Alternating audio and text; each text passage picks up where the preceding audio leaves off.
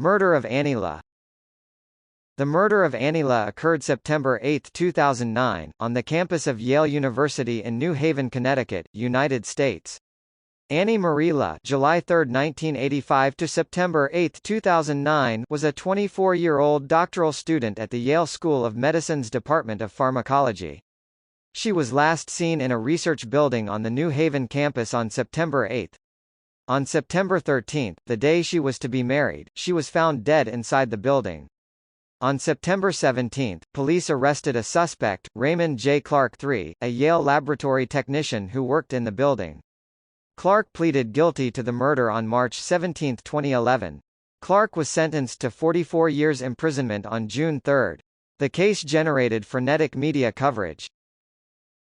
Disappearance and death. On the morning of September 8, La left her apartment and took Yale Transit to the Sterling Hall of Medicine on the Yale campus.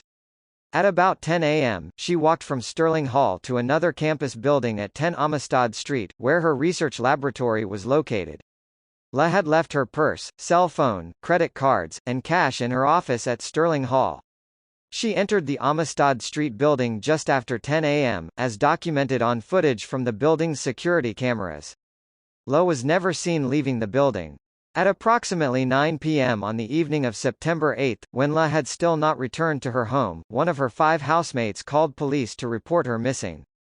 Because the security footage did not show La exiting the building at Amistad Street, police closed the whole building for investigation. Police also searched through refuse at the Hartford dump, where Yale's garbage is incinerated, looking for clues as to Lee's whereabouts. The FBI, the New Haven Police Department and the Connecticut State Police were all involved in the search. On Sunday, September 13, her planned wedding date, authorities discovered Lee's body in a cable chase inside the wall of a basement laboratory in the Amistad Street building. Bloody clothes had previously been found above a ceiling tile in the same building. The building and the area are monitored by about 75 security cameras, and the entrance to the building and the rooms inside the building require Yale identification cards to be opened and accessed.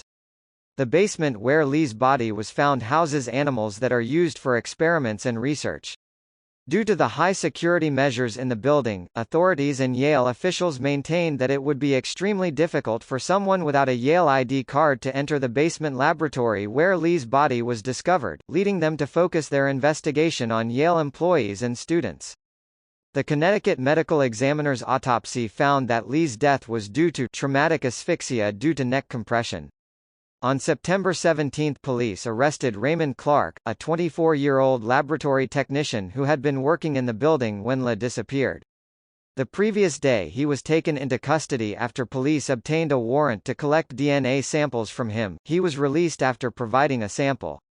Memorials were held in Huntington, New York and California, and the funeral was broadcast live on the Internet. The Yale community also publicly mourned Lee's death. The Yale Daily News reported that professor and Cold War historian John Lewis Gaddis called September 14 the saddest day to open class since the day after the 9/11 attacks. Personal life. La was born in San Jose, California, to a Vietnamese-American family. She spent her childhood with her aunt and uncle.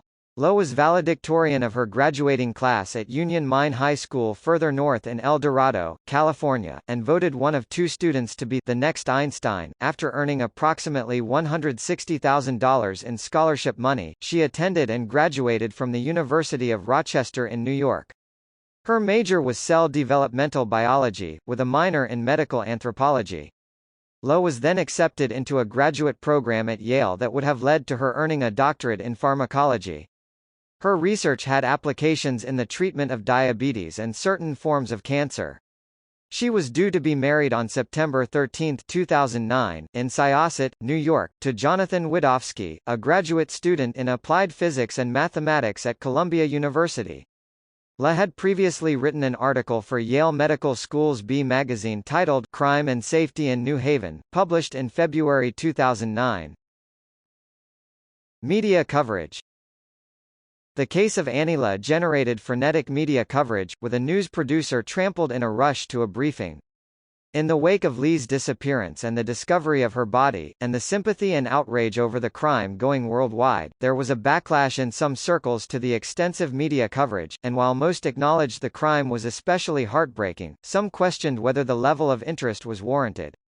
Some commentators have suggested that the attention given by the media was inappropriately disproportionate to that given to other murder victims.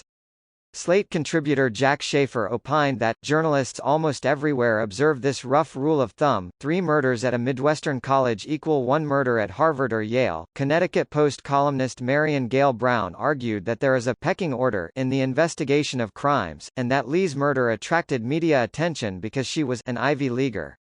Translation: someone who might earn beaucoup bucks. Someone who possesses sky's the limit potential. Vivacious and attractive, too. Prosecution. After his arrest, Clark was held on $3 million bail at the McDougal-Walker Correctional Institution, a maximum security prison in Suffield, Connecticut. He appeared in Connecticut State Superior Court on October 6, 2009, but did not then enter a plea to the charges. His hearing was delayed until January 26, 2010, since not all of the materials in the case had been made available to lawyers. Clark initially pleaded not guilty on January 26. His pretrial hearing was scheduled for March 3, 2010, in New Haven, and pretrial evidence processing was scheduled for July 26. In October 2010, Clark's case was continued, and another hearing was scheduled for February 9, 2011. In March 2011, Clark entered a guilty plea in Lee's murder, in exchange for a 44-year prison term. On an additional charge of an attempted sexual assault of Lee, he entered an Alford plea, a guilty plea that does not admit the facts but concedes the sufficiency of the evidence against him. Clark officially entered the pleas on March 17, and he was formally sentenced to 44 years imprisonment on June 3. While Clark expressed great remorse at his sentencing, he offered no explanation for the attack and no motive was given.